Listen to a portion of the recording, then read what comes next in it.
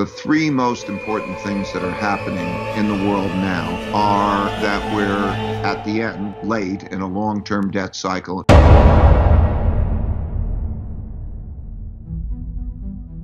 Same things happen over and over again through time for basically the same reasons. A lot of these things happen once in a lifetime, and if you don't go back and see how they worked over time, then you're in trouble. So there's a pattern. I could describe the pattern, but there's a pattern that happens over and over again, and we're in a particular spot in the pattern. And then to understand it, not just because it happened before, but to understand mechanistically how it happens, and then one has a sense of how to deal with it. So speaking of the mechanisms, what's influencing this more? When you started looking back into history, are you looking for this sort of moment in the death cycle, or are you looking for pandemics, a collision of the two? What do you think influences this more? Well, pandemics come along occasionally, but anything that's important. Let me say the three most important circumstances that existed before we had the downturn, which was caused by a pandemic, but any downturn would have produced the same results. The three most important things that are happening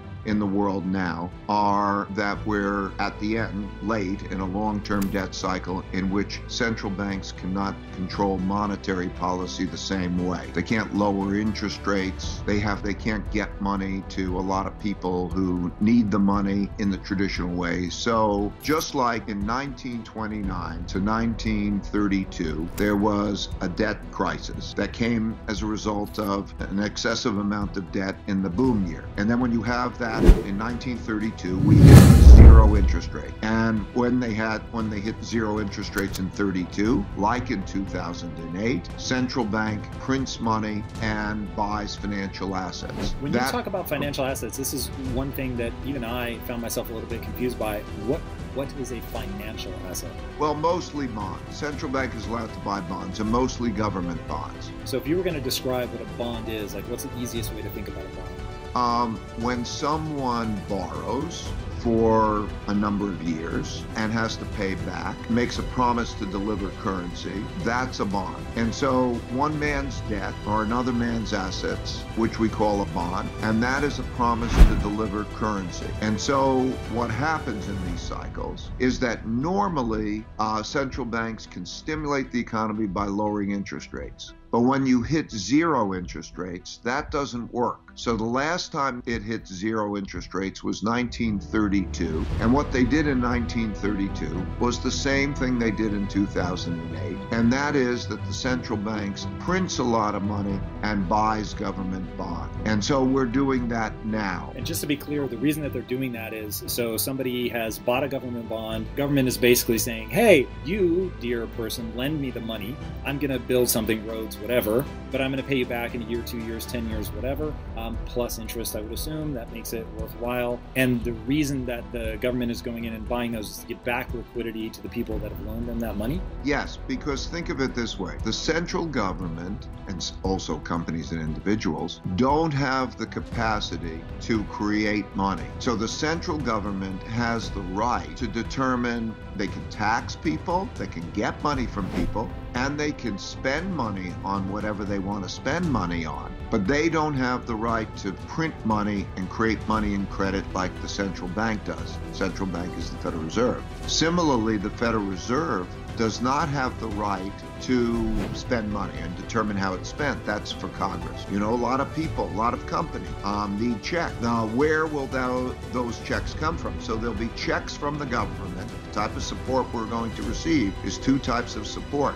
Where does all this money come from? So the government, when they say, I'm going to pay more for unemployment insurance, or I'm going to give you a loan for a small business, or so on, where do they get the money from? Well, they either tax it, but if they tax it, that's bad. So the government, they can borrow it. That's what a deficit is. The government runs a deficit. And then the question is, who's going to borrow it when everybody's financially strapped? And the Federal Reserve says they have the power to print money, and they will say, I will borrow it and I will lend you the money. So the Federal Reserve is lending the money, and it is also lending others the money. All right, so really fast, when they print money, are they literally sending a Brinks truck with bags full of cash and distributing it through local banks? No, money is digital. Okay, so they're literally just making ledger adjustments in a digital file somewhere. Right. The important thing to know is that all that we think about money is not limited in any way, like there's a certain amount of money out there. It's all make-believe. It's all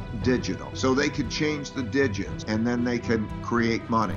Now that's an important consideration, because if they can create money so easily, how do we know it's going to be of value when they're creating a lot of it? That's one of the considerations that are being faced today. But the main thing to know about this, stepping back for the big picture, is that every individual, every company, and every government has a certain amount of money that comes in the form of income, a certain amount of expenses, and then a certain amount of savings. So you do individually, and all your listeners do. And it works the same way for everyone, so that if their income falls and they less than their expenditure, they're in trouble unless they have a good saving. And then they go to the savings. So all around the world, there are lots of entities that are in trouble in that way. So the government, two parts of the government, the U.S. government, two parts, want to give checks to people. Now, it's difficult to decide who gets it, who doesn't get it. But if they don't give checks to people or to companies, those will go bankrupt,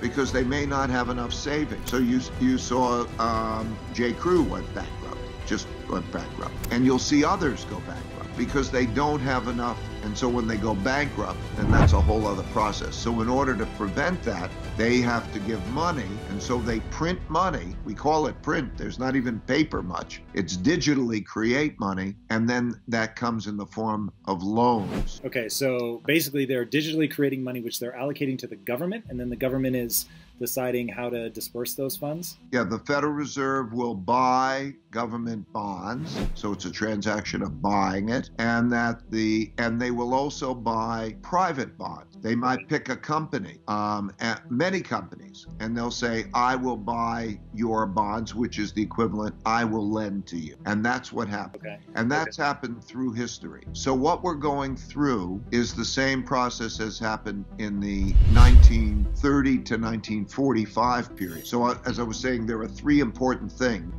That is one. The second is large wealth gap. Third is that we have a rising power in the form of China emerging to compete or challenge the United States leadership. So when you have these three things together, it's a challenging mix, and it's happened repeatedly. Less effective monetary and credit system makes it, they have to print a lot of money, can threaten the value of money.